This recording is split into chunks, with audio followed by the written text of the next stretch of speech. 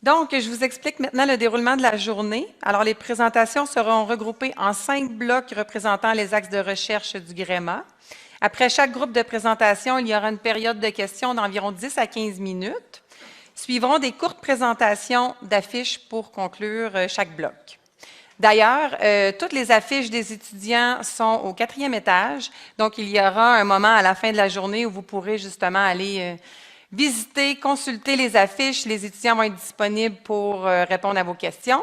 Il y a quelques affiches qui ne seront pas présentées aujourd'hui, mais ils seront tout de même affichés au 4e étage. Donc, la journée se terminera ensuite par la remise de différents prix, étant donné, comme vous l'avez vu, au GREMA, on reçoit de nombreux prix.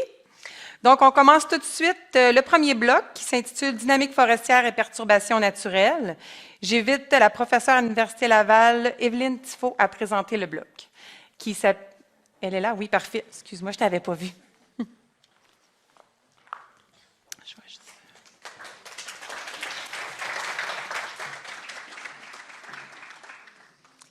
Oui, bonjour à vous. Je suis vraiment très contente d'être ici à ce colloque du GREMA.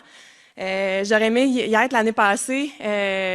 Pour toutes sortes de circonstances, je n'ai pas pu y être. Je suis vraiment contente d'être là cette année. Miguel m'a demandé pour introduire l'axe, de parler d'abord de ma relation avec le GREMA, comment que je suis venue à collaborer. Donc, je vais vous raconter l'histoire, en fait. Ça commence avec l'histoire avec Miguel.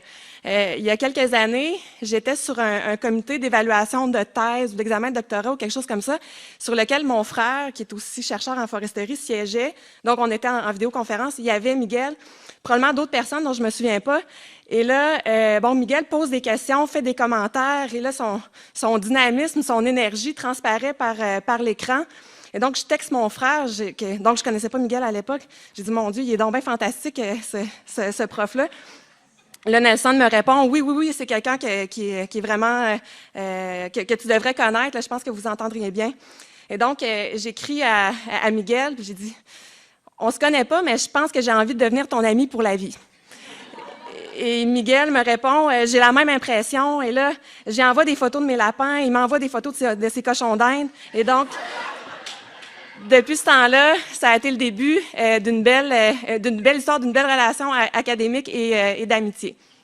Donc, de cette relation-là est né d'abord un super projet de maîtrise, donc avec une étudiante qui va présenter tantôt, Marie-Lou, et aussi un beau projet de recherche pan-québécois sur le carbone forestier dans les territoires et les produits du bois. Et aussi, comme dans toute relation, ça vient avec une belle famille. Et donc en plus de Miguel, j'ai pu avoir une belle famille, donc avec Guillaume, avec Fabio et tous les étudiants maintenant du GREMA, là, que je suis vraiment contente de vous rencontrer et maintenant de faire partie de votre famille. Donc, c'était mon histoire de relation avec le GREMA. Donc, je suis là pour présenter l'axe dynamique forestière et perturbations naturelles. Je pense que ça décrit bien, en fait, le programme de recherche des chercheurs, des étudiants, dynamique et perturbant. Donc, ça ressemble pas mal à ça, surtout ces temps-ci. J'ai été dans les nouvelles beaucoup ces derniers jours pour commenter sur les feux de forêt. Et donc, la question souvent des journalistes, c'est est-ce que c'est la fin des forêts? Qu'est-ce qui se passe? Ces événements catastrophiques-là.